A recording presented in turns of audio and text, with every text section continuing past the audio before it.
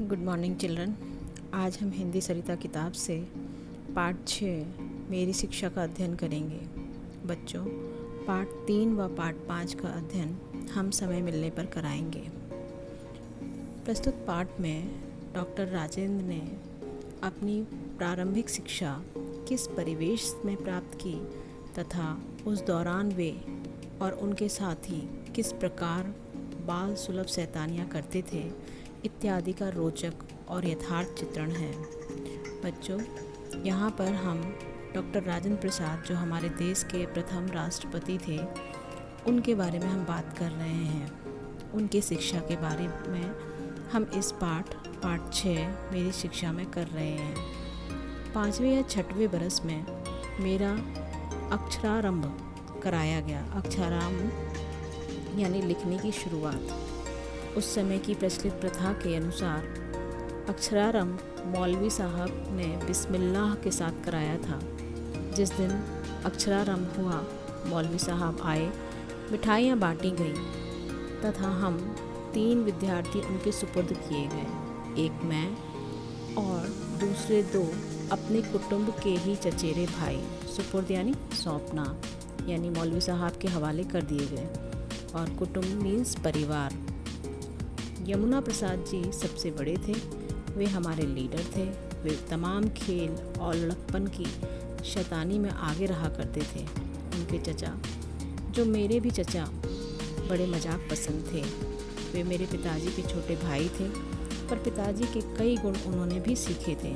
वह घोड़े की सवारी करते थे, बंदूक और गुलेल चलाना भी खूब जानते थे, फारसी भी पढ़े थे और शतरंज भी बहुत खेलते थे। यानी जो उनके चचा थे वो राजेंद्र प्रसाद के पिताजी से उन्होंने बहुत सारे गुण सीखे हुए थे। मौलवी साहब जो हम लोगों को पढ़ाने आए, विचित्र आदमी थे। उनका बहुत सी बातों पर दावा था। बलदेव चचा के मजाक के लिए वह एक बहुत ही उपयोगी साधन बन गए। चचा तरह तरह की बातें मौलवी साहब को सुनाते और उनको उत्साह देकर यह कहलवा देते कि वह भी चाहे कोई भी काम क्यों ना हो, जानते या कर सकते हैं। मौलवी साहब का दावा था कि वे शतरंज खेलना भी खूब जानते हैं। बलदेव चचा उन्हें शतरंज खिलाते, पर वे कभी ना जीतते। हम बच्चे उन मजाकों को कौतूहल यानी उत्सुकता से सुनते। हंसने का मौका आए तो हंसना मुश्किल हो जाता। यानी जो मौलवी साहब थे वो कहा करते थे कि उनको जो है वो सब कुछ आता है, और इन सभी बातों का वो दावा भी करते थे, लेकिन वो खेलने, शतरंज के खेल में कभी जीत नहीं पाते थे। एक दिन बलदेव चचा ने मौलवी साहब से कहा कि बाग में बंदर आ गए हैं, उनको गुलेल मारकर भगाया जा सकता है। इतना सुनना था कि मौलवी साहब बोल उठे कि वे गुलेल चलाना खूब जानते हैं। बलदेव चचा सब समझ गए, पर मजाक के लिए उन्हें बगीचे में ले गए। गुलेल और गोली उनके सुपुर्द करके कहा कि खूब खींचकर एक बंदर को मारिए।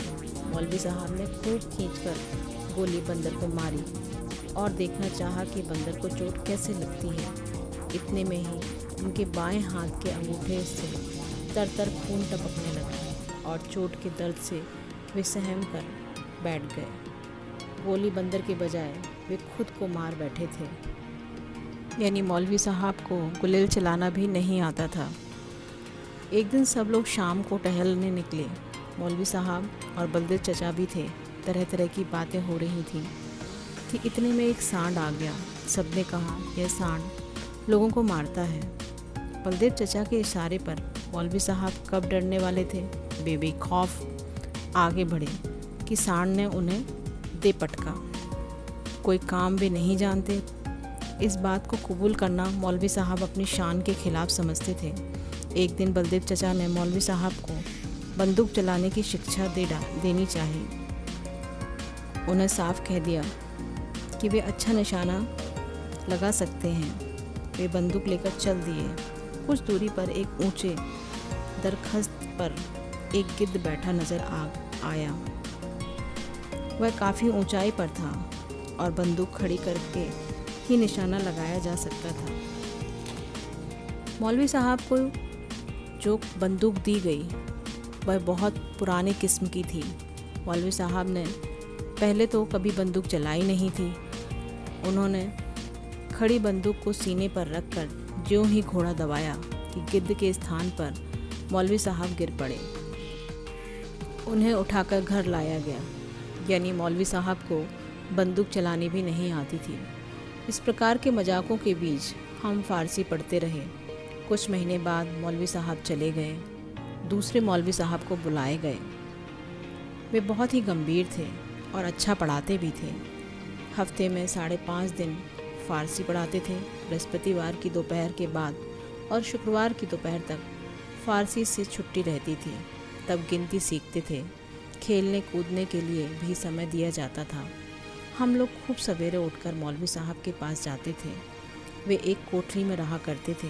सामने आंगन में बैठकर हम पढ़ा करते थे। सवेरे आकर पहले का पढ़ा हुआ पाठ दोहराया जाता।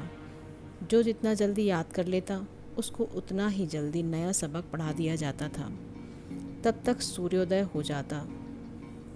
हम अपना मुंह हाथ धो लेते और माँ के पास कुछ खाने के लिए पहुँच जाते। प्रायः आधे घंटे की छुट्टी मिलती और खाकर तख्तपोश पर सो जाते। मौलवी साहब चारपाई पर सोते। दोपहर के बाद दूसरा सबक मिलता, उसको याद करके सुनाने पर ही खेलने की छुट्टी मिलती। यानी अब जो दूसरे मौलवी साहब आए थे वो बहुत अच्छा पढ़ाते थे, गंभीर थे। हफ्ते में 5.5 दिन वो फ़ारसी पढ़ाते थे। बृहस्पति की दोपहर के बाद शुक्रवार की दोपहर तक फ़ारसी की छुट्टी रहती थी। तब गिनती, उसके बाद जो है वो गिनती सीखते थे और खेलने कूदने के लिए भी समय दिया जाता था। मौलवी साहब एक कोठरी में रहते थे और उन कोठरी में उसके सामने ही एक आंगन था। आंगन में बैठ के सब लोग पढ़ा करते थे। सवेरे आकर सबसे पहला पाठ, जो पिछला पढ़ाया हुआ पाठ होता था, वो दोहराया जाता था और फिर उसके बाद नया सबक दिया जाता था। जो जितना जल्दी याद कर लेता था उसको उतने ही जल्दी दूसरा सबक पढ़ने के लिए दिया जाता था। उसके बाद जो है सूर्योदय हो जाता था और माँ जो है खाने के लिए कुछ देती थी। जब मौलवी साहब शाम को क्लास लेते थे तो डर लगता था कि कहीं हमारी आंखें झपक ना ले। अगर पलक झपकते थे तो मौलवी साहब से मार पड़ती थी। लेकिन जमुना प्रसाद जो थे वो लीडर थे और वो चाहते थे कि हमारी जल्दी छुट्टी हो जाए, तो उपाय भी वही बताते थे। वो क्या करते थे कि एक तेल के दिए में रेत की पोटली बनाकर रख देते थे, जिससे रेत जो है सारा तेल सोख लेती थी और दिया बुझ जाता था, जिसकी वजह से दाई माँ को बहुत डांट पड़ती थी। दिया बुझने पे मौलवी साहब क्लास बंद कर देते थे, यानी पढ़ाना बंद कर देते और बच्चों की छुट्टी हो जाती थी। दोपहर के बाद दूसरा सबक मिलता था और उसको याद करने के बाद ही खेलने की छुट्टी मिलती थी। संध्या को जल्दी नींद आती। डर रहता कि मौलवी साहब हमें पलक झपकते देख ना लें, नहीं तो मार पड़ती। जल्दी छुट्टी के 2 उपाय थे। खेल कूद में जमुना भाई लीडर थे। जल्दी छुट्टी पाने के लिए भी उपाय वही पढ़ने के लिए तेल का दिया जलाया जाता था। जमुना भाई रेत की छोटी पोटली बना लेते और छिपाकर उसे दिए में रख देते। वह शीघ्र ही तेल सोख लेती और दिया जल्दी बुझने पर आ जाता।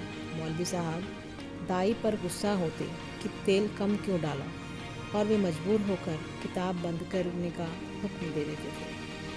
और जो कुछ फ़ारसी का ज्ञान हुआ उन्हीं मौलवी साहब ने दिया।